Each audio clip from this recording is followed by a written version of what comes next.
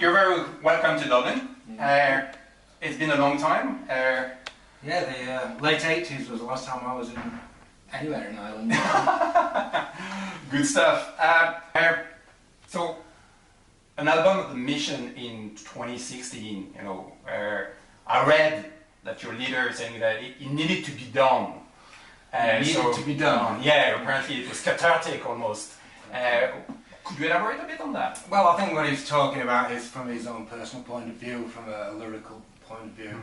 I think that what happened musically though was we did an album like 2 years ago, something like that, and we approached that really differently. We did the whole thing, we sort of wrote it, learned it and recorded it all in the space of 4 weeks. So we decided, and it came out sounding very different, so we decided we wanted to sort of go back to an older, more usual sound of ours, get the sound back. Yeah, and I think that's one of their, I suppose the main thing, it sounds like the 80s, but at the same time it's incredibly current. I think it's, I thought it was really, really good, and when we reviewed the album, that's the first thing that actually was screaming at me. I say, wow, that's the 80s in 2016. I say, what's kind of a tour de force? Well, I think that, that was Wayne's intention, was to write songs around that kind of thing, but give it a modern slant as well. And I think that's what it is. Yeah. Obviously, I cannot not mention the famous video with Shirley D'Inferno. What was your involvement in it? None whatsoever. So no, maybe what's your point of view about the final product? Well, usually what happens with videos and artwork, covers and stuff like that is that we just get sent ideas and get emailed around to us, and we check it out and say, what do we think of this video producer with this idea, or this guy with this idea, and you say, well, I fancy that one, and then whichever one gets used, and it's certainly not my decision, Okay, good. So what's your point of view about the final product? It looks good, yeah. It looks terrific, Okay, super.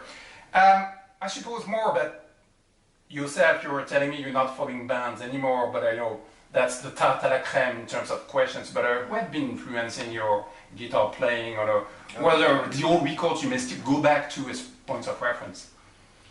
Well, I started listening to, it was glam rock period in the 70s that I started to pick up the guitar, and I was really into Bowie and the Spiders from Mars, and that kind of band, T-Rex and stuff like that.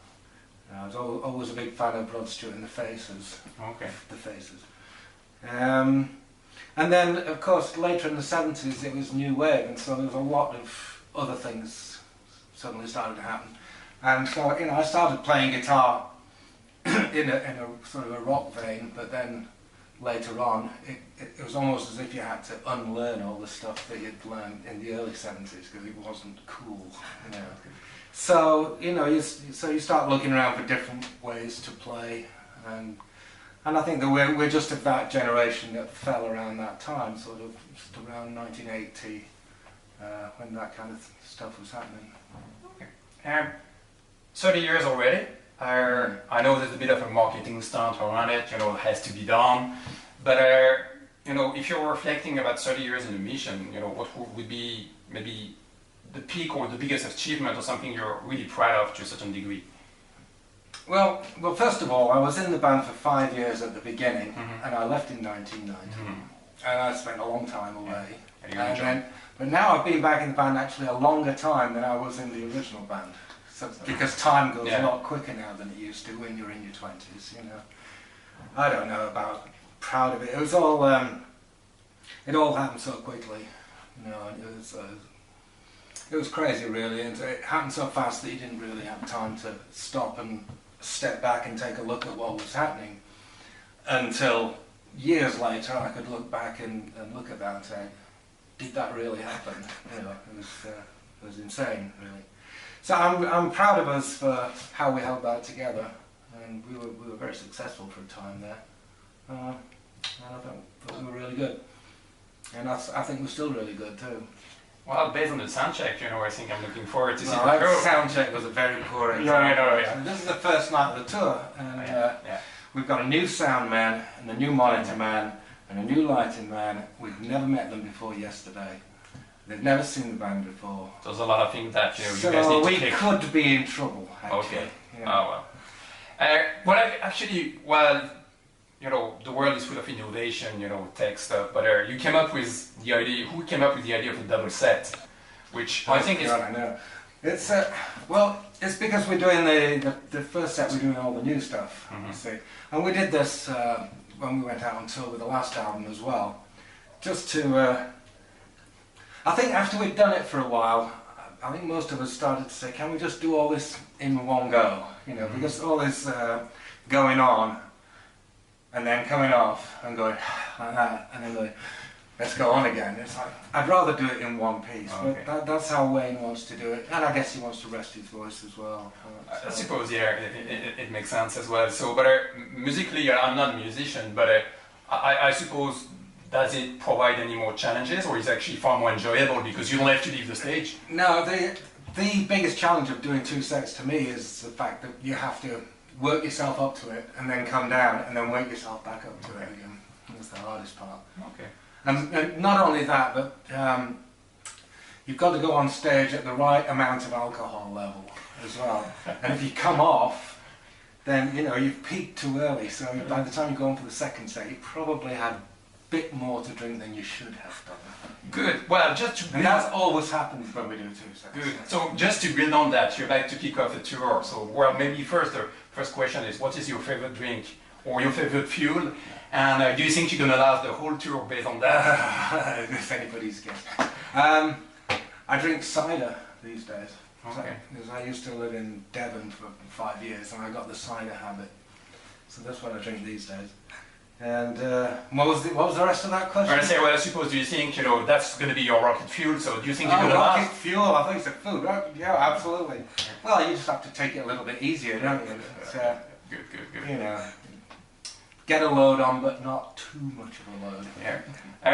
Like I said, it was a bit of a surprise to us. So I'm not too sure where your tour is taking you next. So, but I've got an idea. Okay. It's here, Belfast tomorrow, then Glasgow, then a day off, then Manchester, then Bristol, and then I think London. Okay. Do some British ones for a bit, and then we go to Portugal and Spain, and then we go across Europe. Okay. Some in Germany, Holland, Slovakia, I think. All over the place. And then we come back to Britain for some more. We're doing the Whitby Festival, headlining that. And then after that we go to Australia and New Zealand. Good stuff. So yeah, it's a long one. And since we got back together, we've only done sort of 3 weeks. And then go home 2 weeks, and then go home. Okay, this is 7 weeks, so it's going to be a long one. Okay, good stuff. I suppose from our feedback perspective, well, obviously we were super happy to get your album, and I really love it. But what's the overall feedback about the mission back in 2016? Are you hearing some good vibes from people? Well, I'm on Facebook, and people are really liking it. I mean, this thing's only been out for like 24 hours or so, and it's getting a great response. So that's encouraging. Good. So that means you get up and do it, and you feel like you're already on the winning team. So that's always a good feeling. Good stuff. I suppose, we may stop there. I suppose as a last question, there's a lot of new technologies. Well, obviously, I could see the iPad. All these type of things, but I keep thinking that rock is rock, and the guitar is a guitar, and you can surround yourself by so much technology that it makes any difference. If you ask me, I'd rather not have the technology. I'd rather have an amp and a guitar and a fuzz box. Because what happens, the more technology you get, the more things that can go wrong and do go wrong. So if it was up to me, I wouldn't do it at all, to tell you the truth. But I think technology needs to be used more as a tool, than a crutch. I don't know. We're using quite a lot of backing stuff at the moment, especially on this new one, because it's a lot of sequence stuff on it. But me personally, I'd rather not. Okay, cool stuff. But I'm just a rock guitar player, you see, so that's why. Rock on. we have. Okay, at the end, maybe do you have a message for your Irish fans? A message for my Irish fans? Yeah. Well, it's really good to be here again, I'll tell you, because it's been a long time. And when I last came, I've been twice before.